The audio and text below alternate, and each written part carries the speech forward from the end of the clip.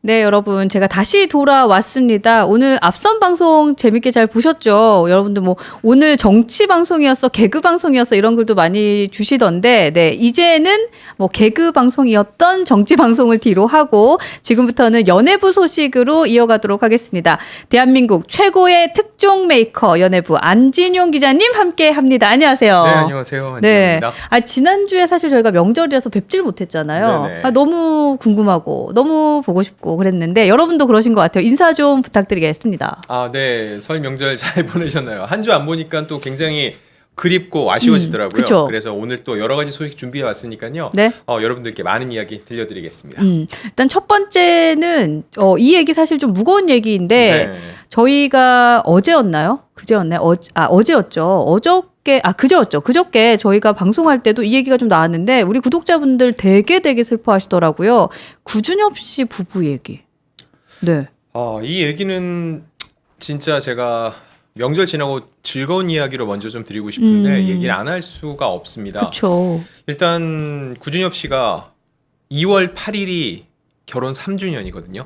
어머, 3주년 결혼 기념일 앞두고 이랬군요. 그렇죠. 네. 불과 3일 후면은 결혼 구념일인데 그때쯤이면은 구준엽 씨가 유해를 안고 대만으로 가서 장례 절차를 치르게 되니까 이 상황을 아는 분들은 더욱더 이 상황이 너무 납득되지 않고 슬픈 상황이거든요. 그러네요. 또 서희원 씨 나이가 올해 48밖에 안 됐다는 거죠. 제 주변 분들도 물어보세요. 48이면 굉장히 젊은 나이인데 그쵸. 폐렴으로 갑작스럽게 이렇게 눈을 감을 수가 있냐라고 하는데 제가 좀 취재를 해봤습니다. 네. 일단 서희원 씨가 1월 29일 날 일본 여행을 갔는데 그때도 좀 기침 가래가 있고 몸 상태가 좋지 않았던 건 맞습니다. 네. 그래서 일본에서 병원에 다녀왔는데 그때까지만 해도 독감 정도만 판정을 받은 거죠. 근데 거기서 급성 폐렴으로 갔고 최종적으로는 폐혈증이었다고 해요. 차이를 말씀드리면은 네. 급성 폐렴은 말 그대로 폐렴은 폐염증입니다. 이 감기, 독감 바이러스로 인해서 폐염증이 생긴 거죠. 근데 여기서 이거를 곧바로 빨리 항생제를 쓰거나 치료를 받지 않으면 폐혈증으로 갈 수 있는데 네. 폐혈증은 이 폐가 아니라 몸 장기 어디든지 발생을 할 수 있어요. 네. 이게 몸의 면역이 떨어지고 장기 기능이 손상이 되면서 그때부터는 급속도로 몸 상태가 나빠지고 그때는 죽음에도 이를 수 있게 된다는 거죠. 서희원 씨는 대만에 있을 때도 몸이 좀 좋지 않다. 그리고 치료를 받고 있다. 이런 보도도 꽤 있었는데 네네. 아무래도 일본에 가 있으니까는 자국이 아니잖아요. 여행을 갔으니까 누군가 여행을 갔을 때 현장에서 아프다고 해서 병원에 오래 있기는 쉽지가 않잖아요. 그리고 또 병원을 가서 진료를 받는 것도 약간 고민돼요. 왜 그렇죠. 그런지 모르겠지만. 네. 언어적인 차이도 있고 그리고 같이 간 가족들이 있는데 나로 인해서 다른 가족들도 불편하다는 생각도 분명히 있었을 겁니다. 그래서 서희원 씨가 본인이 퇴원을 해서 숙소에서 쉰다고 했는데 그때 급속도로 상태가 나빠진 거죠. 오늘 뉴스엔진 보시는 분들 중에서도요. 네. 연세 드신 분들 같은 경우는 폐렴 정말 조심하셔야 돼요. 폐렴은 그래도 많이 걸린다고 생각을 하는데 중요한 건 초기에 잡지 않으면 폐혈증으로 이어질 수 있다는 거죠. 그러니까 기사에 보니까 합병증으로 고인이 됐다라고 했는데 그 합병증이 그러니까 정확하게 얘기하면 폐렴에서 폐혈증으로 넘어갔다라는 거죠. 거고. 근데 이제 만약에 입원 치료를 했다면 뭐 이렇게까지 큰일이 벌어지지 않았을 것이다라는 얘기도 있던데 그건 맞나요? 저도 이제 주변의 의사분들을 통해서 얘기를 했는데 네. 이게 딱 몸 상태가 좋지 않을 때 굉장히 중요한 그 골든 타임이 있잖아요. 분명히 폐렴 증상이 있고 그러면 열이 급속도로 올랐을 것이고 네. 몸 상태, 장기 기능이 떨어졌을 거라는 거죠. 그때 빠르게 치료를 했으면은 이 상태를 막을 수 있었는데 폐혈증이 진행된 다음에는 네. 아무래도 면역이 많이 떨어져서 이게 소생할 가능성이 낮아졌는데 서희원 씨는 그런 사례에 해당된다는 겁니다. 근데 사실 정말 뭐 속상한 이유 중에 하나가 이분들의 러브 스토리가 너무 유명하잖아요.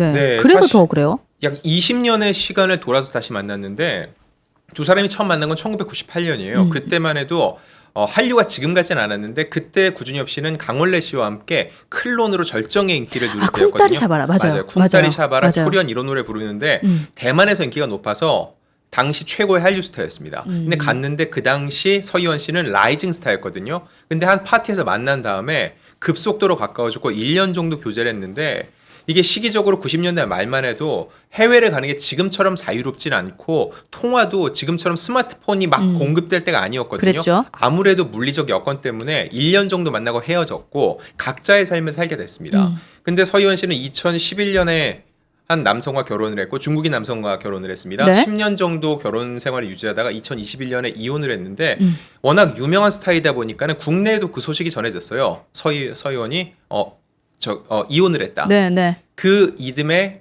결국 구준엽 씨랑 다시 만나서 결혼을 하게 됐는데 그 과정도 구준엽 씨가 20년 만에 예전에 쓰던 핸드폰으로 전화를 한 겁니다.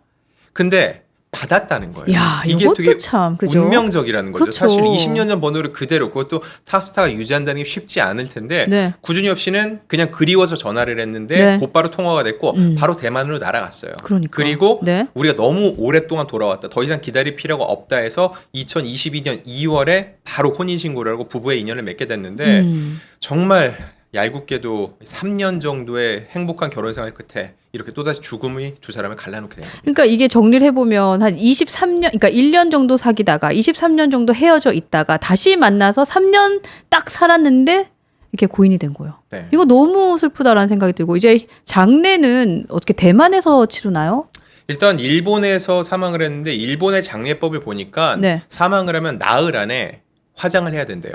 원래 아. 유족은 서희원 씨를 그대로 이제 한국으로 그 대만으로 데리고 가서 거기에서 이제 유해를 수습할 생각을 했는데 네. 일본 법이 그렇지 않다는 거죠. 결국은 현지에서 화장을 마치고 유해를 6일 날 내일이죠. 구준엽 씨가 서희원 씨의 동생 서희재 씨도 또 유명 연예인이거든요. 그렇죠. 네. 함께 대만으로 이동한 후에 그곳에서 장례 절차를 지금 진행할 예정인데 또 하나 안타까운 건 서희원 씨의 어머니가 먼저 대만에 입국을 했거든요. 네네. 이 대만에서 지금 일본에서는 구준엽 씨가 상황을 수습하고 있지만은 또 대만에서도 장례를 준비해야 되잖아요. 어머니가 들어갔는데 어머니가 언론을 통해서 한 얘기가 있습니다. 어떤 얘기를 하셨냐요?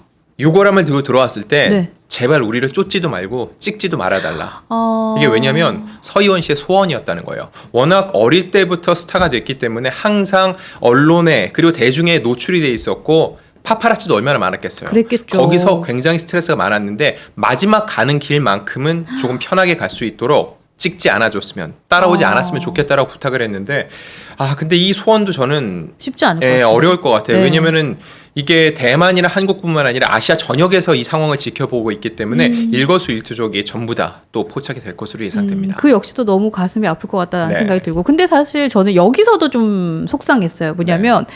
이제 고인이 되었다라는 기사가 나고 나서 한 하루 이틀 지나고 나니까 바로 떴던 기사가 유산이 1,200억이네 이거 누가 갔네 막 이런 얘기가 또 기사에 쫙 떴더라고요. 지금 장례 절차가 마무리되지도 않았는데 중국 네. 매체들이 관련 보도를 쏟아내고 있어요. 그러다 보니까 이런 보도가 나온다고 국내에서도 전해지고 있는데 네. 그래도 제가 이 보도 내용을 정확히 여러분들이 알고 계셔야 될 테니까 말씀을 드리면 좋습니다. 유산은 중국 매체에 따르면 약 1,200억 원 정도 된다고 하는데 그러다 보니까 또 다른 보도가 나왔어요. 두 사람이 한국에서는 분명히 혼인신고를 했는데 대만에서는 되지 않았다. 그래서 구준엽 씨는 유산 배분의 대상이 아니라고 했는데 오. 제가 확인해 본 바로는 네. 2022년 3월에 대만에서 정확히 혼인신고가 돼 있습니다. 법적인 부부라는 거죠. 그 경우에는 지금 아이가 둘이 있거든요. 서희원 네. 씨에게. 네. 그래서 구준엽 씨와 서희원 씨의 두 아이 셋이 3분의 1로 균등 분할을 할 것으로 예상이 되는데 정말 중요한 건 돈이 아니라 양육권 문제입니다. 왜냐하면 분명 결혼을 해서 지금 현재는 부모의 역할을 구준엽 씨가 해왔는데 네.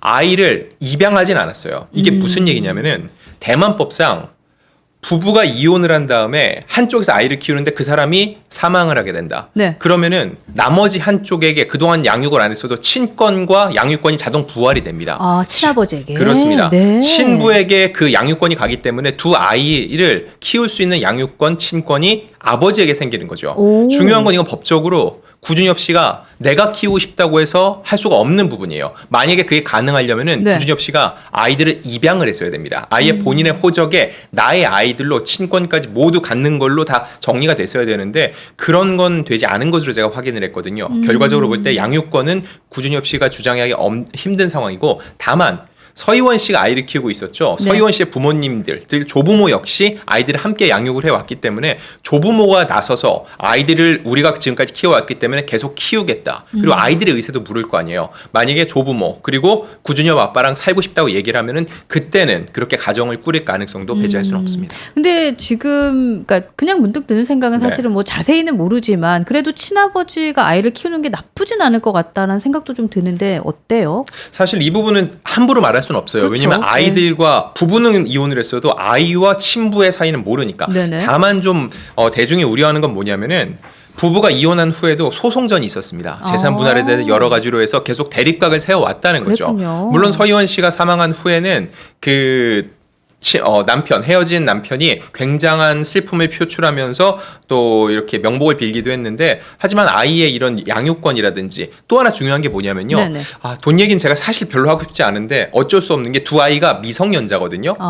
미성년자 두 아이에게 1200억 중에서 3분의 1씩 400억씩 이게 가게 될 거 아닙니까? 네. 근데 이 돈을 미성년자에게 직접 줄 수 없으니까는 결국은 친권자에게 그렇군요. 그 권리를 주게 되면은 결국 서희원 씨의 재산이 이혼한 남편이 관리를 맡게 되는데, 물론 아버지이기 때문에 두 아이의 돈을 끝까지 잘 관리해 줄 거라고 믿고 싶은데 네. 혹시라도 그렇지 않을 경우에는 아이들의 재산을 보호할 길이 없다는 게 매체의 우려입니다. 그러네요. 진짜 그냥 고인의 그 사망 소식 외에도 참 복잡한 여러 가지 일들이 있네요. 네. 네, 그렇네요. 어쨌든 아직은 장례 절차를 진행 중에 있으니까 뭐 이런 좀 앞다투어 자극적인 기사가 나지 않았으면 좋겠다라는 생각도 좀 들고, 또 말씀하신 대로 돈 이야기는 지금은 너무 섣부르다는 생각도 좀 들고 네. 여러 가지 마음이 들게 됩니다. 네, 여러분들도 좀 많이 슬픈 것 같아요. 구준엽 씨 안 됐어요 이런. 근데 또 구준엽 씨에 대한 얘기가 나오는 거 보니까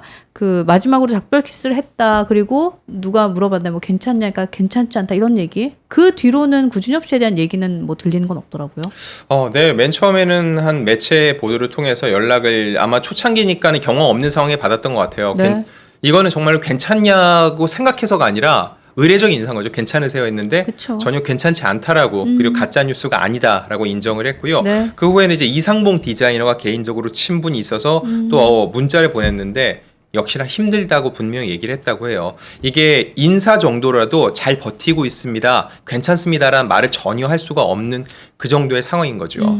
그리고 구준엽 씨가 그 서희원 씨에게 마지막 작별 키스를 하면서 이제 보내주기로 그렇게 마음을 먹었다고 하는데, 아직까지는 절차가 많이 남아 있습니다. 여러 장례 절차, 그러다 보면 언론에 노출도 될 것이고 네. 많은 사람들과 슬픔을 공유하게 될 것인데 지금은 많은 관심보다는 정말로 따뜻한 위로의 마음을 보내주는 게 중요한 시점인 것 같아요. 네. 그러니까요. 참 그래요. 그러니까 사실 너무 무겁고 마음이, 그리고 너무 아프고 또 아름다운 사랑이 참 이렇게 눈앞에서 이렇게 됐구나라는 생각도 들고, 그 구준엽 씨는 아직까지도 뭔가 이렇게 실감 안 날 것 같다라는 생각도 좀 들어요. 네, 맞습니다. 실감 안 두 날것 분의 같다. SNS의 마지막 모습이 각각 다 서로의 모습이거든요. 요것도 슬프다. 네. 그러니까요. 자, 분위기 조금 바꿔볼게요. 네. 네. 이명웅 씨 얘기 좀 해보고 싶은데, 이명웅 씨가 이제 2025년이 됐습니다. 2024년에 행적들도 정말 화려하다라는 얘기가 있더라고요. 자, 2024년의 성과에 대한 얘기를 좀 해볼까요? 네, 일단 2024년에 정말 많은 일을 했거든요. 일단 네. 상암 월드컵 경기장에서 10만 명 모았죠. 그렇죠. 연말 영시에 리사이트는 더 많이 모았습니다. 11만 명. 이야. 이외에도 자선 축구 대회 있었고, 인 악토버라는 단편 영화 공개됐고요. 다들 아시는 예능 삼시세끼도 출연을 했죠. 아, 그랬죠. 1년이 쭉 끝났는데 이제 결산할 차례잖아요. 최근에 이제 2024년에 기록들이 나오고 있는데 그중에 굉장히 의미 있는 기록이 하나 있습니다. 네.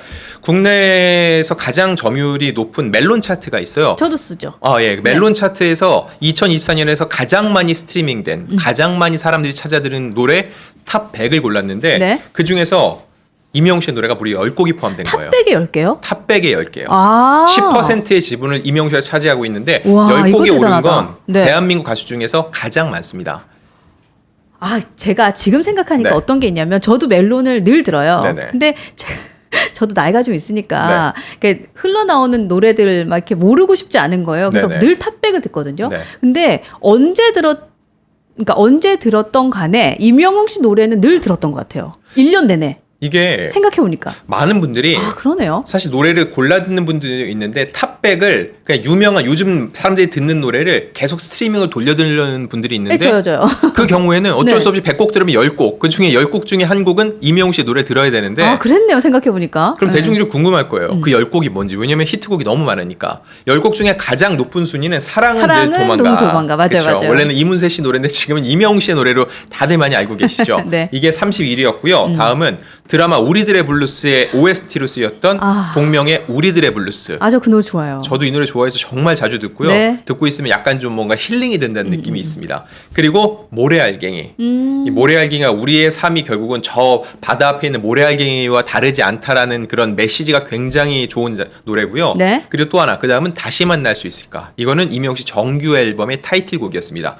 참고로 말씀드리면은 네. 이적 씨가 작사 작곡을 했어요. 그래요? 네, 그렇기 때문에 나는 정통 트롯은 좀 안 맞아 하시는 분들은 이 노래는 발라드 느낌이 굉장히 강하거든요. 이 노래 전 추천드리고요. 네. 그다음 또 미스터 트롯 우승 특전곡 이제 나만 믿어요.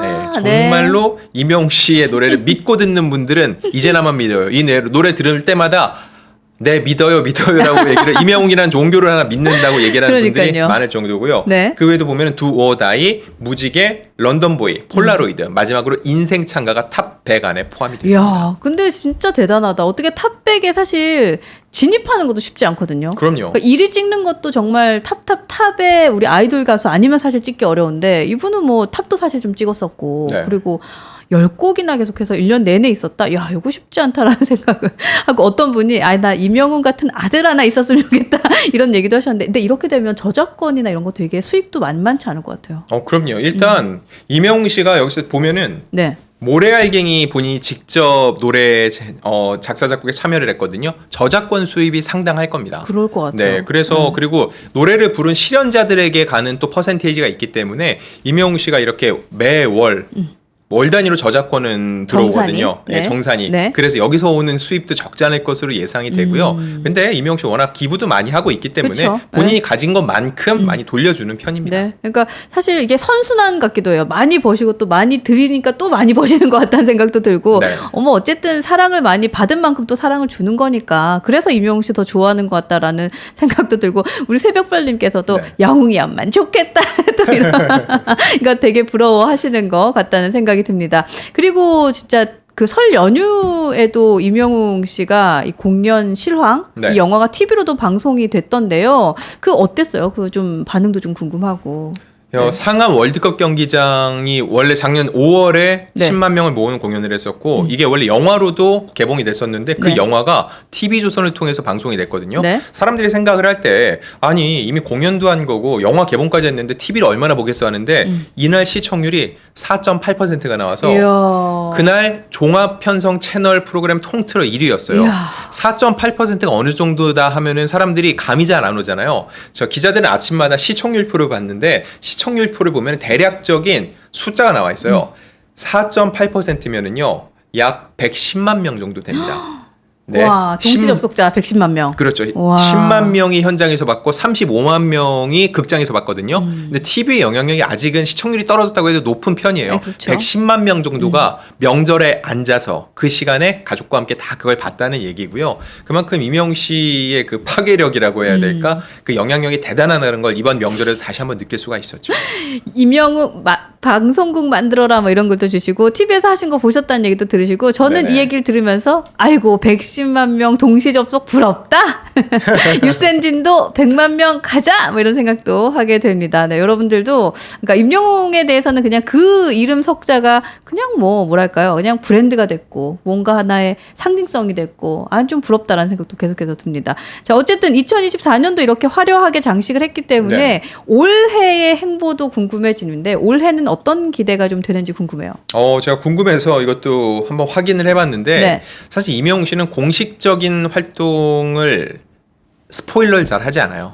요것도 참. 네, 이거를 딱 하기로 했습니다라면 그걸 공식 발표하는데, 최근 하나 공개된 행보는요. 방금 말씀드렸던 이 실황 영화 네. TV 공개까지 됐는데 며칠 전에는 넷플릭스에 공개가 됐습니다. 어. 넷플릭스에서 공개가 됐다는 얘기는 한국을 포함해서 이제 글로벌 시장, 그러네요. 외국 시청자들도, 왜냐면 한국 TV는 외국에서는 볼 수 없거든요. 그러니까 다른 나라에 있는 이들도 이 프로그램을 볼 수 있게 했다는 건데, 일단 이게 올해를 연 거였고요. 이명웅 씨 행보를 보면 사실 어떻게 보면 굉장히 심플해요. 본인의 본질에 굉장히 충실한 편인데, 일단 앨범을 냅니다. 그리고 앨범이 나오면 이걸 바탕으로 해서 콘서트를 열어요. 전국 단위 콘서트고 이제 전국 투어를 하기 때문에 이게 한 반년 정도 걸리거든요. 이것만으로도 거의 1년에 반 정도는 쓰는데, 제가 이제 정말로 좋은 가수, 안 좋다고는 할 수는 없지만은 그래도 좀 덜 성실한 가수를 구분하는 방법을 하나 말씀드리면은 네, 네. 공연을 만약에 열잖아요. 네. 신곡이나 새로운 앨범을 발표하지 않고 공연하는 가수들은 제가 볼 때는 좀 불성실하다고 생각이 들어요. 왜냐하면 타이틀곡이라든지 뭔가 유명한 노래들은 사실 그동안 많은 무대를 통해서 볼 수가 있는데 새 앨범이 나오면은 타이틀곡 한두 곡 같은 경우는 TV나 뮤직비디오를 봅니다. 근데 다른 수록곡들 같은 경우는 무대를 볼 수가 없죠. 그렇죠. 콘서트에 간 사람들만 볼 수 있습니다. 콘서트에 그 돈을 주고 왜 가느냐? 다른 곳에서 볼 수 없는 어떤 무대를 보여줄 수 있기 때문인데 그렇군요. 네, 그런데 네. 신곡 발표 없이 그냥 콘서트를 연다? 결국은 리바이벌이에요. 기존에 봤던 공연을 다시 보여주는 셈이기 때문에 사실 10만 원이 넘는 금액을 주고 가서 보는 데 있어서는 팬들에게 미안해야 되는데 중요한 건 임영웅 씨는 새 노래를 발표해야지 그걸 기반으로 해서 공연을 한다는 거죠. 공연을 먼저 발표하는 적이 없으니까 제가 볼 때 올해 상반기 중에도 신곡이 나올 것으로 예상이 되고요. 신곡이 나오면 그걸 기반으로 해서 새로운 또 공연 계획을 발표를 할 겁니다. 야, 근데 사실 또 생각해보니까 이런 거예요. 맨날 자기가 부르던 노래는 네. 사실 뭐 특별한 연습을 하거나 무대를 연출하지 않아도 그냥 몸에 배 있잖아요. 네네. 근데 신곡이고 막 방송 다니면서 부른 노래 아닌 건 그 무대를 준비하기 위해서 또 엄청난 정성이 들어갈 거잖아요. 네. 그러니까 그런 측면에서 봐도 개인에게도, 그러니까 그 가수 개인에게도 좀 그 공연에 많은 심혈을 기울이겠다라는 생각도 드네요. 그렇죠. 아무래도 본인의 히트곡은 분명히 있는데 그 노래만 부르는 사람은 매너리즘에 빠질 수밖에 없어요. 네. 그 노래는 본인이 제일 잘 불러요. 왜냐면 본인이 가장 많이 불러봤으니까 그렇죠. 어느 지점에서 어떻게 불러봐야 되는지 안다는 거죠. 근데 대중이 사실 굉장히 열광적으로 스타를 쫓지만은 마음을 돌리는 것도 한순간입니다. 진짜 실증을 빨리 느끼기 때문에 맞아요. 정말로 새로운 컨텐츠를 계속 공급해주는 노력이 없으면은 스타성을 오래 이어갈 수 없어요. 임영웅 씨가 2020년 미스터 트롯을 통해서 스타덤에 오르고 지금 5년째가 됐거든요. 나름 굉장히 의미 있는 시기이기 때문에 올해는 뭔가 또 하나의 반전 키워드가 나올 수 있을 것으로 예상이 됩니다. 네, 앞으로가 또 기대되고 올해도 정말 많이 기대가 되는 임영웅 씨의 행보도 우리가 함께 주목해 보도록 하겠습니다. 그 최근에 네.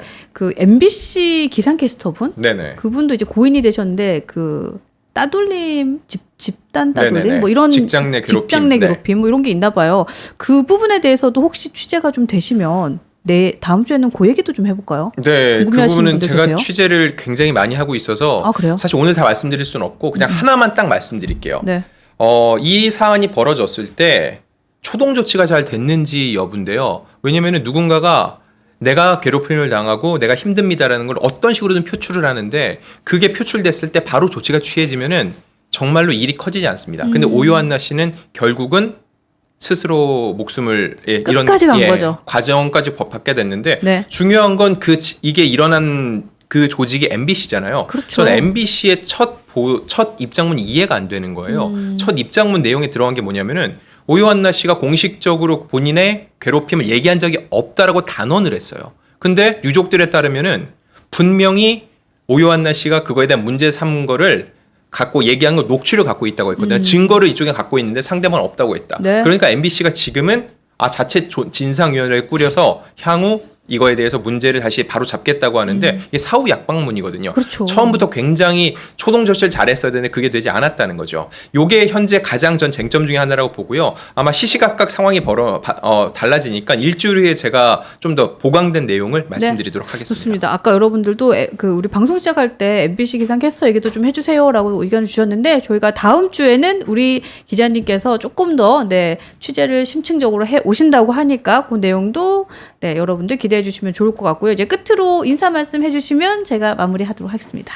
네, 설날이 지났으니까 이제 완연한 2025년이 시작이 됐는데요. 네. 진짜 올해는 무엇보다 건강하시고 항상 복된 하루하루 되시길 빌면서 네. 저도 이제 주에 한 번씩 만났는데 네. 앵커님과 함께 즐겁고 최대한 유익한 이야기로 또 많은 분들께 즐거움을 드리겠습니다. 그러니까 좀 즐거운 얘기 있었으면 좋겠어요. 오늘 사실 너무 무거웠고 네. 그랬죠. 그런 마음이 좀 듭니다. 네, 좋습니다. 자, 내일 방송 제가 안내 잠깐 해드리도록 하겠습니다. 내일 2월 6일 목요일이고요. 목요일 오전 10시는 여러분들 아시죠? 네, 뉴스 사랑방 문을 활짝 열어놓습니다. 일찍 오셔서 수다도 좀 떨고 함께 소통해 주시면 좋을 것 같고요. 또 11시에는요. 김종혁 전 최고위원과 함께하는 시간이죠. 정정당당 김종혁. 네, 11시 방송 이어가도록 하겠습니다. 그리고 오후 2시에는요. 김영주 전 의원과 함께합니다. 스킨 인 더 게임 공짜는 없다. 2시에도 여러분 함께해 주시고요. 오후 4시에는요. 박상수 변호사와 함께합니다. 우리가 바라는 변화 우바변 함께 하는데 제가 오늘 방송 들어올 때 이제 얘기를 들었는데요. 박상수 변호사께서 내일 굉장히 큰 빅매치를 앞두고 있는 거 혹시 여러분들 아세요? 네. 박상수 변호사가 내일 오전에 전한길 강사분과 부정선거 관련해서 뭐 맞짱 토론하는 것 같아요. 그게 지금 예고가 떴던데 그 후기를 오후 4시 뉴스엔진에서 함께 들어볼 수 있을 것 같습니다. 그러니까 오후 4시 박상수 변호사도 함께하는 시간 여러분 잊지 말고 기억해 주시고요. 내일 10시 11시, 2시, 4시까지 잘 부탁드리도록 하겠습니다. 네, 좋아요 안 누르신 분 좋아요 눌러주시고 구독, 알림 설정, 댓글까지 잘 부탁드리도록 하겠습니다. 오늘 여기까지 할게요. 고맙습니다. 감사합니다. 고맙습니다. 고맙습니다.